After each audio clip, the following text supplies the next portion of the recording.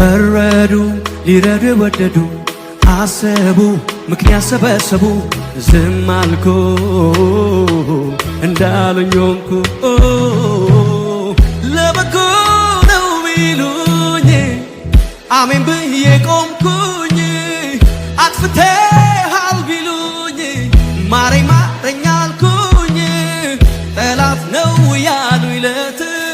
ቆምኩኝ ለጦርነት የሰው ክፋት ጠቆሙኝ አድነኝ አልጮህኩኝ ሊሰራ ነው ታገስ እሺ አልኩኝ ጥርሴን ነከስኩኝ እምነቴን አበረታው